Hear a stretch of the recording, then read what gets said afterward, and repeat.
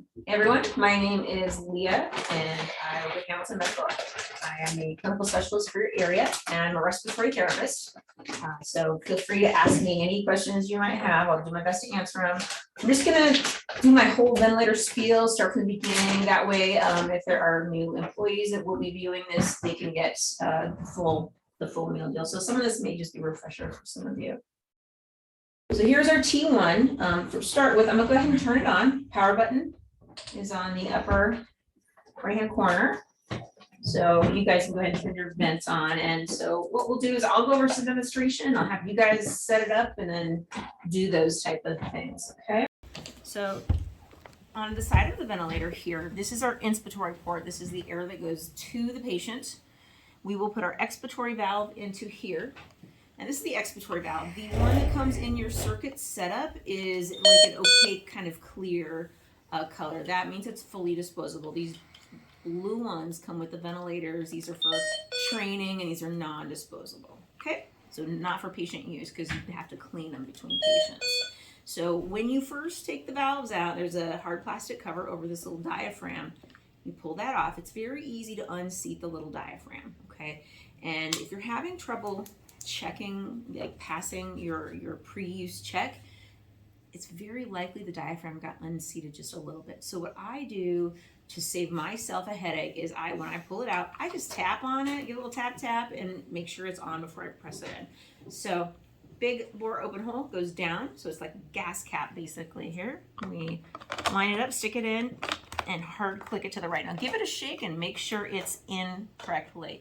If it's not, if it comes out, then go, pull it out, go to the left just a little bit and then try and reseat it. All right.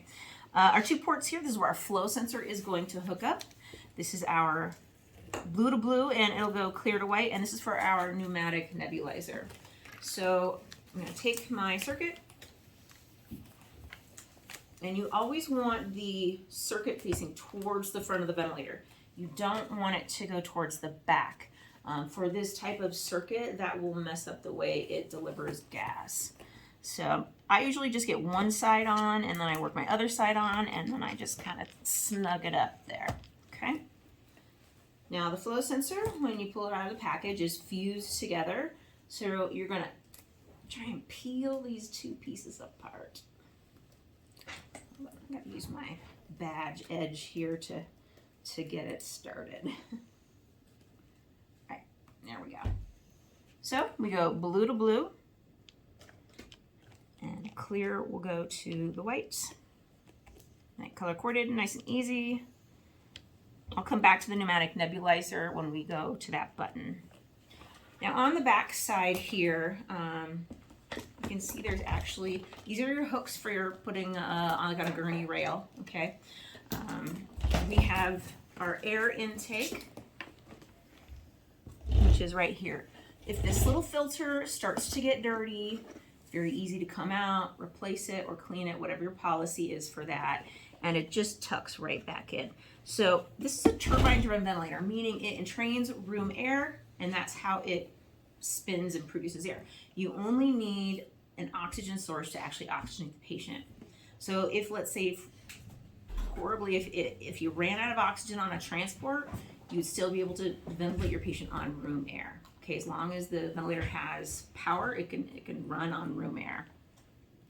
We just want to make sure that nothing occludes this, nothing plasticky, that might block the air intake. Otherwise, we would have turbine failure. And this black cord that you guys, black strap you see on top, this is for cord management, just like you have it here. This will not support the weight of the ventilator, so don't try and strap it with that. It will fall. On this side here, we have our high pressure oxygen hose inlet there. The little white one down below it, that is just for our low pressure oxygen, and you need a special nipple adapter for that. That would be like bleeding in oxygen. I don't see any of you guys probably using that in the future. Here's our power. We've got our power cord wrapped around. This is our cord keeper so that we're not dragging our cord out all over the ground. We have another air inlet here with a filter. This is just Velcroed in. So if this starts to get a bunch of white, white fuzz and stuff on it, pull it out, clean it off, pat it really well, dry it off, and stick it back on. That'll help keep the motor running well. All right. Okay, let's go over the basic pre-use check. Just this may be a refresher for a lot of you. Just bear with me. I just want to make sure that when some of your new people watch this video that they're able to understand what's going on and get the full in service. So the pre-use check button is right down here on the bottom left. We've got 3 buttons that are illuminated. We've got tightness, flow sensor, and O2 cell. The O2 cell we do not need to do unless it has a red X in the box next to it. If you guys calibrate that O2 cell on a regular basis, it will wear it out quickly, and then it'll have to go into service to get repaired. Okay, it holds its O2 cell calibration fairly well. Now, if you want to do like a, let's say, department monthly, all the vents get monthly O2 calibration, that's fine. That's not too often. We just don't want it being done in between all the patients. We don't want it being done every day, that kind of stuff. So I've had it happen while I've had it on a patient. Yeah, you can calibrate it while it's on the patient. That's what I thought. Yeah, you can go into that system tab here. So you've got it on the patient, the system tab. You've got these buttons on top. You've got test and calibration screen. You can come in there and you can just hit that O2 cell. It's fine in the adult peds mode, which I believe is all you guys have. The only patient can't that you would do it on is a neonate patient, and you guys don't have neonate. You guys don't do the babies, do you? Yeah, I didn't think so. Okay, so pre-use check. I'm just going to start with the top one here. Let me get out of high flow because it doesn't recognize the flow sensor. So in high flow, you guys, you don't need the expiratory valve and you don't need the flow sensor. Okay, you just need that circuit. It's all you need. So it's going to look a little weird not having that expiratory valve in, but that's totally fine. It doesn't utilize it. Okay. All right, here we go. Pre-use check, tightness. Follow the prompts on the screen. It said disconnect patient. That means open the circuit and leave it open. Tighten patient system. I'm going to take my cap and I'm going to let it do its thing.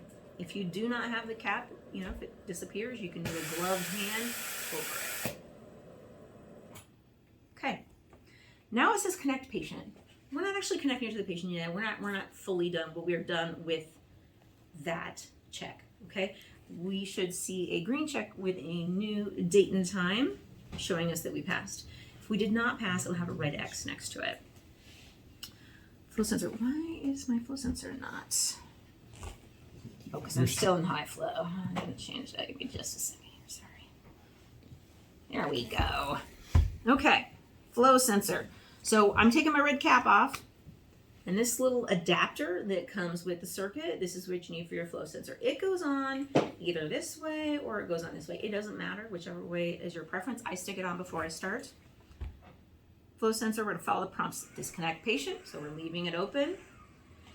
Turn patient flow sensor. So I'm going to grab the whole flow sensor and I'm going to flip it upside down. Okay. We'll be flipping it twice. Together, the two take about a minute and a half. Okay, so once you're comfortable doing the checks and the flow sensor, you can be pretty quick at it.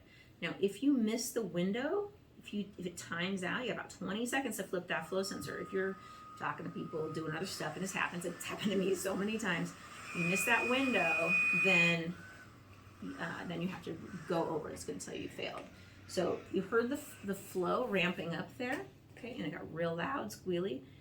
That is your audio cue to get ready to turn that flow sensor, okay? Because right after it ramps up, it says turn flow sensor. So just keep an ear out for that. And we'll be done here with this last one. Okay, so that's the pre-use check. We are done with that. All right. Going to hook up my test one. Now, do you guys want to go ahead and hook your ventilators up and do your pre-use check? I want to make sure everyone knows how to do it. If there's someone in here who has not done this before, please get on the ventilator so that you can get some experience with it. Yeah, is it okay to do pre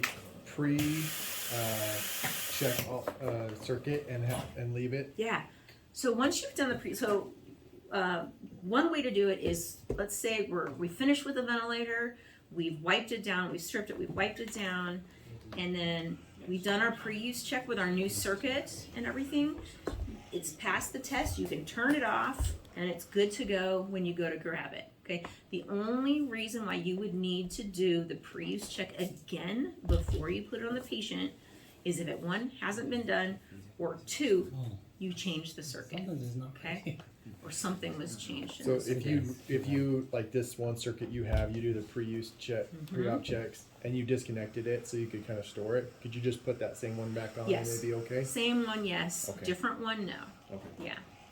It's got, anytime there's a new circuit, we have to do a pre-use check with it just to make sure it's functioning like it should.